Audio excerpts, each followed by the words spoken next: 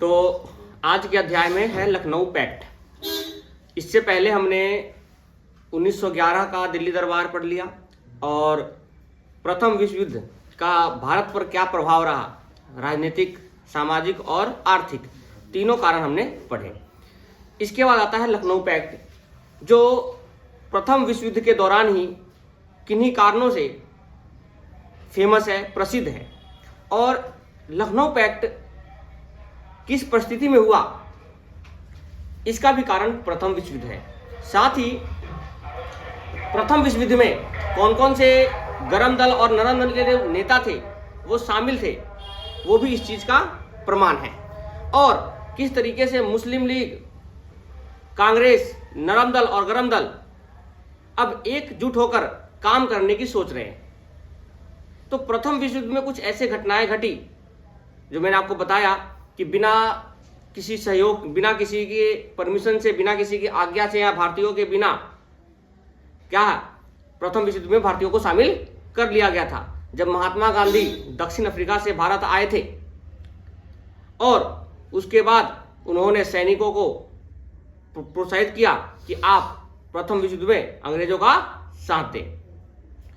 उसके बाद धीरे धीरे जब परिस्थितियां बदलने लगी तो लोग समझ गए अंग्रेज की मंशा, और उस मंशे के बाद धीरे धीरे अंग्रेजों का साथ छोड़ना शुरू कर दिया। और उसी समय एक रॉलेट एक्ट पास होता है और उसके बाद आंदोलन ही आंदोलन चलने शुरू हो जाते हैं। तो हमारा इसमें लखनऊ पैक्ट है, इसमें दो बातें मेन है। लखनऊ पैक्ट के अंदर दो बातें आपको ध्यान रखना है। पहला कि नरम दल और गरम दल के बीच समझौता। यहां पर मेन जो होते हैं, यहां पर दो चीजें फेमस होता है। एक नरम दल और गरम दल के बीच समझौते को लेकर, और दूसरा कांग्रेस और मुस्लिम लीग के बीच समझौता।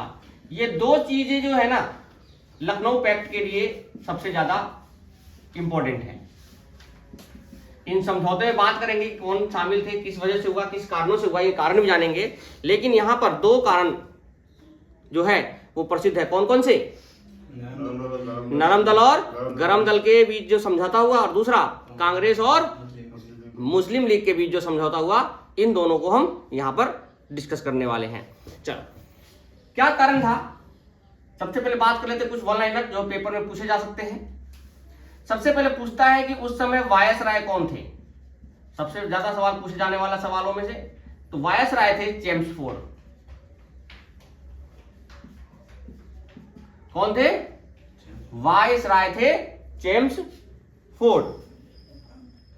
अगर हम बात करें तो कांग्रेस का अधिवेशन कहां हुआ था?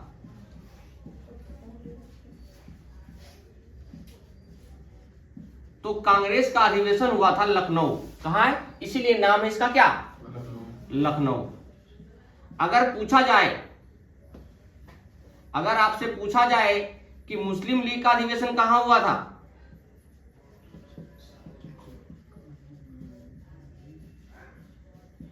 मुस्लिम लीग अधिवेशन, तो वो भी लखनऊ में ही हुआ था।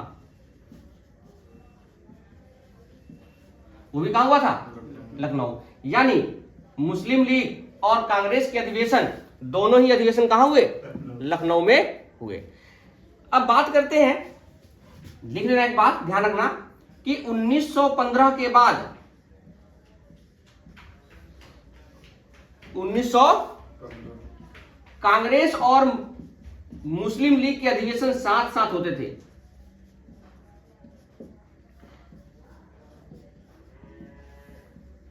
कांग्रेस और मुस्लिम लीग के अधिवेशन साथ साथ होते थे। दिख रहा है? देखना एक बार, साथ साथ होते थे। यानी अगर हम बात करें तो उस समय वायसराय कौन थे? चेम्सफोर्ड। और कांग्रेस का अधिवेशन कहाँ हुआ था? लखनऊ में। और मुस्लिम लीग का लखनऊ में। दोनों ही अधिवेशन कहाँ हुए थे? इसलिए इसका नाम है लखनऊ पैक्ट। और अगर हम बात करें तो कांग्रेस का जब अधिवेशन लखनऊ में हुआ तो इसकी अध्यक्षता कौन कर रहे थे? तो इसकी अध्यक्षता कर रहे थे अंबिका चरण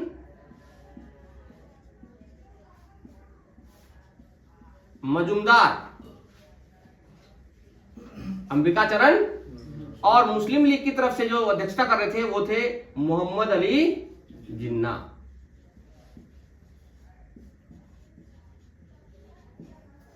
मोहम्मद अली जिन्ना। ये कुछ बेसिक इंफॉर्मेशन है मुस्लिम लीग कांग्रेस के बीच में, जो किसी भी बेसिक एग्जाम में आपसे पूछा जा सकता है। अब थोड़ा सा आगे बढ़ते हैं और इनके थोड़ा सा अंदर बातें करते हैं कि अब क्या क्या चीजें हुई, क्या हुआ, नरम दल इकट्ठा हुआ, मतलब इकट्ठे हुए, गरम दल इकट्ठे हुए, क्यों ऐसा चाह रहे थे, जो फूट पड़ चुकी थी वो क्यों वापस आए, मुस्लिम लीग और कांग्रेस क्यों एक दूसरे के सामने आए, ये सारे कारणों हम सारे जितने भी सभी कारण हैं उनको हम यहाँ पर अब डिस्कस करेंगे।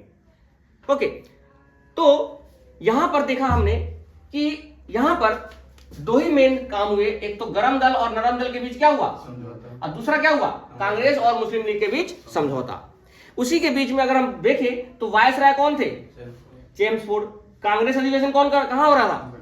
लखनऊ में। और मुस्लिम लीग दोनों ही लखनऊ में। एक बात ध्यान रखना, 1915 के बाद कांग्रेस और मुस्लिम लीग जो भी अधिवेशन करते थे वो साथ साथ ही करते थे। यहां तक समझ में आ गया?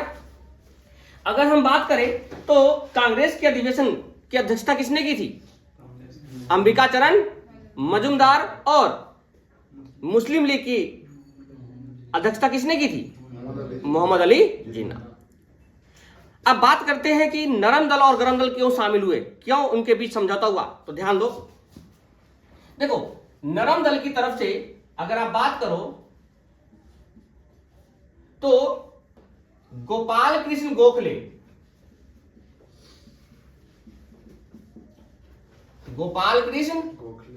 प्लस फिरोज शाह मेहता, ये दो, फिरोज शाह मेहता, ये दो नरमपंथी की मृत्यु हो जाती है। 1915 में इनकी मृत्यु हो जाती है। 1915 में इनकी मृत्यु हो जाती है। अब बताओ, जो नरम दल यानी कांग्रेस के जो मेन लीडर, अग्रणी नेता, जो इस चीज को आगे चला रहे थे, उनकी मृत्यु हो जाती है, तो जो कांग्रेस का नेतृत्व है वो कम हो जाता है।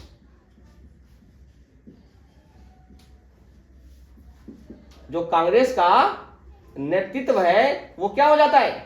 कम हो जाता है या ढीला पड़ जाता है। यानी उनकी जो मैनेजमेंट है वो क्या पड़ जाते हैं? ढीला पड़ जाता है, कमजोर लिख सकते हो, कम या कमजोर हो जाते हैं। सर दोनों मर गए? हाँ, दोनों।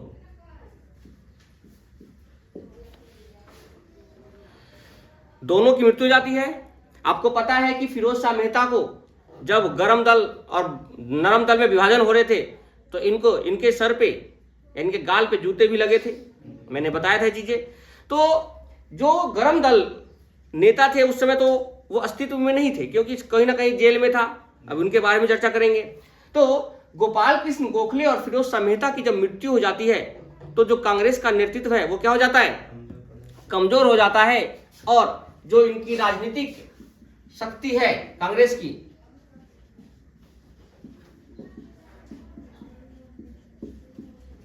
वो शून्यता की ओर बढ़ जाती है।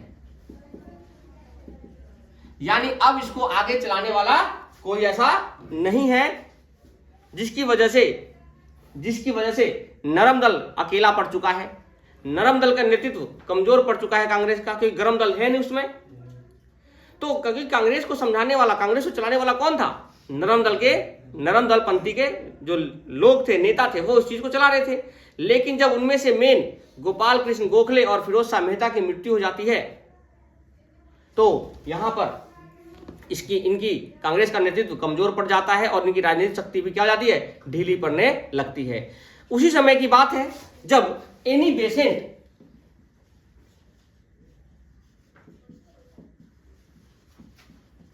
एनी बेसेंट के प्रयास, एक व्यक्ति और है बाल गंगाधर तिलक, ये गर्म दल के नेता थे ना, ध्यान रखना नाम बस, बाल गंगाधर तिलक। इन दोनों के प्रयास से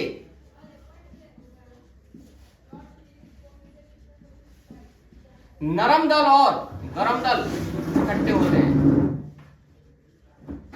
नरम दल और गरम दल में समझौता होता है। इन दोनों के बीच, नरम दल और गरम दल के बीच क्या हो जाते हैं? समझौता हो जाता है। लेकिन गरम दल को यहां आने का क्या मतलब था? बाल गंगाधर तिलक को, जो गरम दल के नेता थे, जो नरम दल गरम दल आपस में फूट पड़ चुके थे, फिर भी बाल गंगाधर तिलक क्यों आना चाहते थे? इसके पीछे भी कुछ कारण है, उन कारणों को देखो। तो आप बताओ, नरम दल क्या, नरम दल क्यों चाहते थे कि गरम दल शामिल हो जाए? क्योंकि वो अकेले पड़ चुके थे, उनका नेतृत्व कमजोर पड़ चुका था। साथ ही साथ में मुस्लिम लीग के साथ समझौता करते हैं कांग्रेस, तो ऐसा क्या कारण होगा कि मुस्लिम लीग के साथ वो समझौता करने के लिए आगे आएंगे?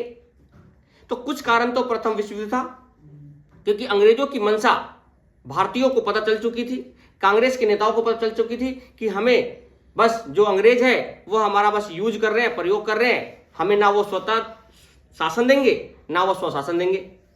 ये बात धीरे धीरे भारतीयों को पता चलने लगी थी, इसलिए उन्होंने धीरे धीरे अपने जो संगठन थे उनको इकट्ठा और मजबूत करना शुरू कर दिया था। तो नरम दल का कारण था कि उनके जो मेन वरिष्ठ नेता थे उनकी मृत्यु हो जाती है। इवन कि बाल गंगाधर तिलक और मोहम्मद अली जिन्ना, जब गोपाल कृष्ण गोखले जीवित थे तो उनसे वो मिलने भी गए थे इस संदर्भ में, लेकिन उन्होंने उस समय उस चीज को विश्वासन दिया कि हाँ हम ऐसा करेंगे, लेकिन उससे पहले उनकी मृत्यु हो जाती है और जो बातें उनके बीच रही थी वो वहीं के वहीं दब जाती है। उसके बाद एनी बेसेंट और बाल गंगाधर तिलक जब होम रूल लीग की स्थापना करते हैं तो वो उस समय या आंदोलन करते हैं, उस समय इनके प्रयासों से ही वापस नरम दल और गरम दल एकत्रित होते हैं।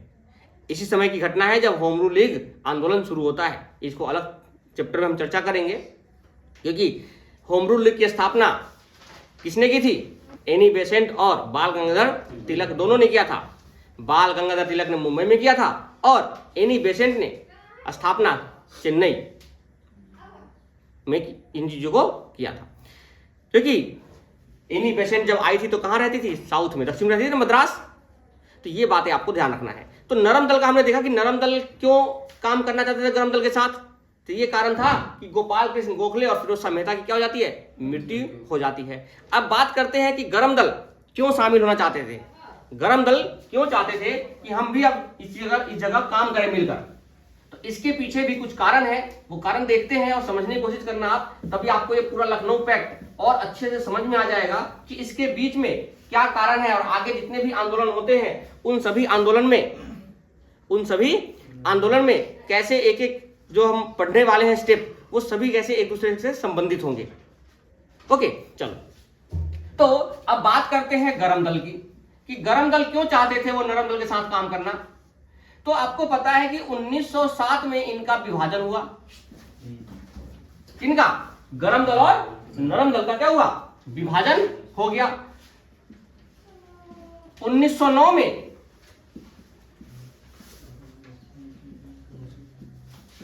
मुस्लिम लीग को पृथक निर्वाचन मंडल मिला। उस समय मुस्लिम लीग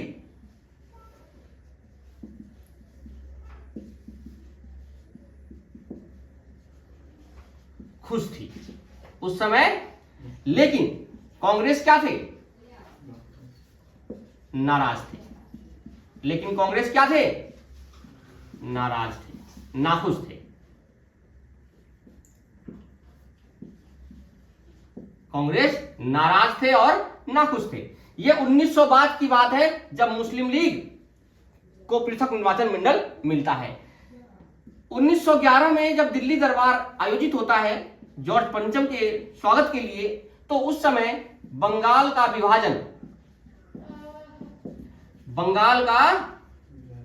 विभाजन जब रद्द होता है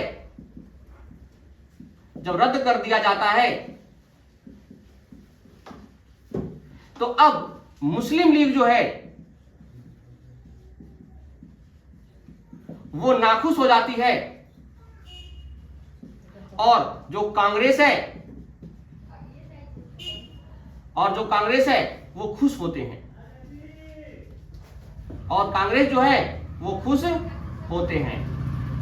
अब जब इन दोनों की मंशा को जब पढ़ा जाए तो एक तरफ अंग्रेजों से पहले जो नाराज थे, दूसरी तरफ भी अंग्रेजों से क्या हो गए, नाराज हो गए। यानी नरमपंथी और गर्मपंथी जो विचारधारा के लोग थे, यानी कांग्रेस के जो लोग थे, वो कहीं ना कहीं इस चीज को अब देख रहे थे।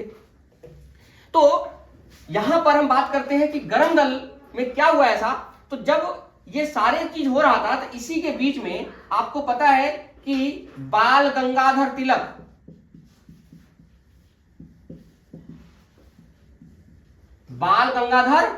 तिलक को 1908 में कहां भेज दिया गया था, मांडले जेल भेज दिया गया था 6 वर्षों के लिए। यानी ये जेल से वापस निकल के आए थे कब, 1914 में। कब निकल के आए, चलो। लाल बाल पाल 3 लोग थे, लाल बाल और पाल। तो बाल तो कहां चले गए थे, गरम दल के नेता जेल में चले गए थे। अगर मैं बात करूं, हाँ, लाल बाल और पाल, तो लाल बाल पाल में से बाल कहां चले गए थे, जेल में। अगर मैं बात करूं लाला लाजपत राय की, तो वो अस्थायी रूप से अमेरिका चले गए। ये कहां चले गए, अमेरिका चले गए। ये हो गया दूसरे व्यक्ति। पहले व्यक्ति थे बाल गंगाधर तिलक, उनको जेल में डाल दिया गया। मैंने पता, इनके बारे में अच्छे से पढ़ेंगे जब इनका चैप्टर अगला टॉपिक, इसमें इनके बारे में अच्छे इनकी जीवनी पढ़ेंगे। तो लाला लाजपत राय दूसरे व्यक्ति थे जो अस्थायी रूप से कहां चले गए, अमेरिका। और तीसरे व्यक्ति थे विपिन चंद्र। तो विपिन चंद्र ने, उन्होंने संन्यास ले लिया। क्या ले लिया, और जिस वजह से अकेले, अगर गरम दल की बात करें तो बाल गंगाधर तिलक अकेले पड़ गए। और वो भी अब चाहते थे कि नरम दल के साथ मिलकर काम करना, कि उसमें ही फायदा है। यानी बाल गंगाधर तिलक चाहते थे किसमें, किसके साथ मिलकर काम करना चाहते थे, नरम दल के साथ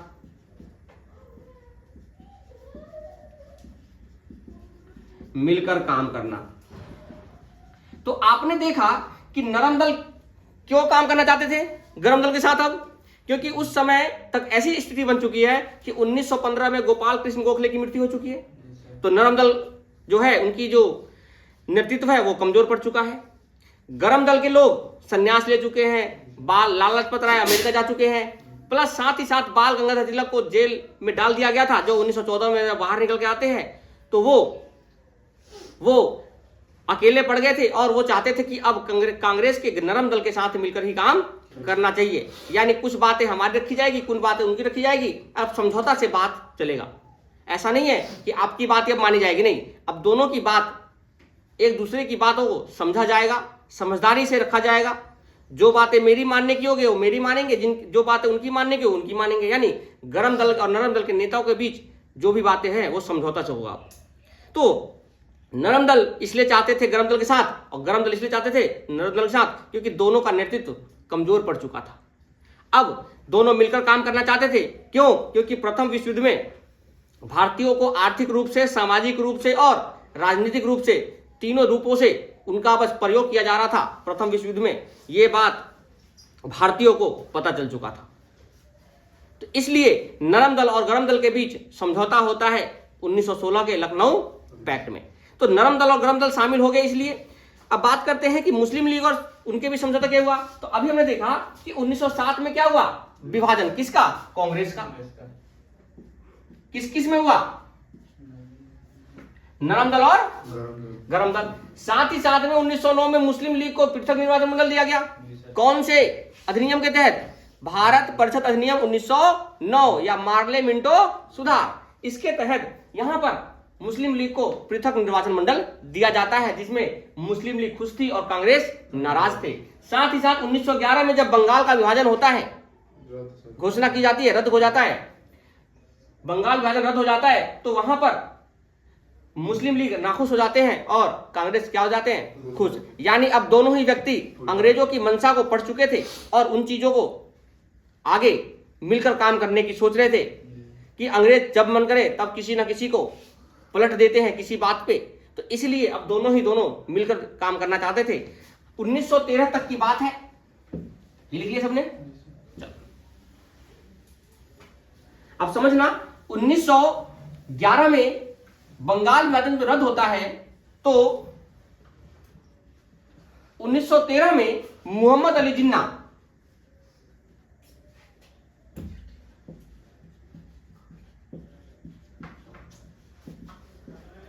1913 में मोहम्मद अली जिन्ना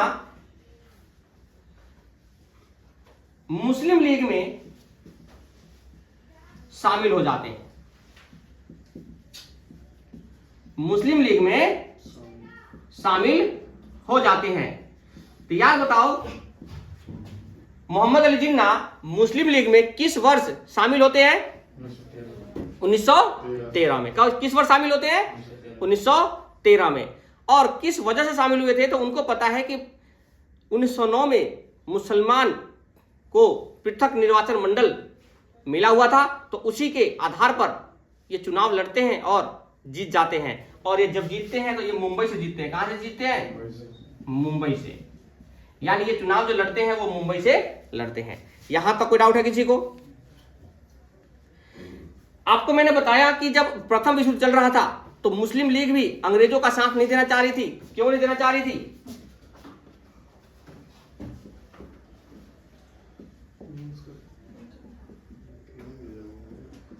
मुस्लिम लीग को डर क्या था? ध्यान दो। पहला डर था कि तुर्की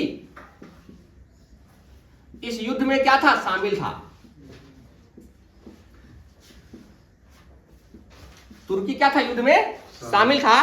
और तुर्की के खलीफा को मुसलमानों का वरिष्ठ नेता माना जाता था। तो वो चाहते थे कि मुस्लिम लीग अगर कहीं युद्ध तुर्की हार जाती है तो उन्हें अपमान का सामना करना पड़ेगा, इसलिए वो साथ देने से कतरा रहे थे। लेकिन कुछ अंग्रेजों के बीच समझौते हुए मुस्लिम लीग को लेकर, और कांग्रेस ने भी कुछ बीच में समझौते किए, जिसकी वजह से मुसलमान ने 1915 में साथ देने के लिए आगे आए। ठीक है, 1915 में साथ देने के लिए आगे आ गए। इससे पहले वो लोग पीछे हट रहे थे। क्यों? क्योंकि तुर्की का साथ कि कौन दे रहा था? तुर्की के साथ दे रहे थे विश्व युद्ध में, और तुर्की मुस्लिम बहुलक क्षेत्र है, इसलिए वो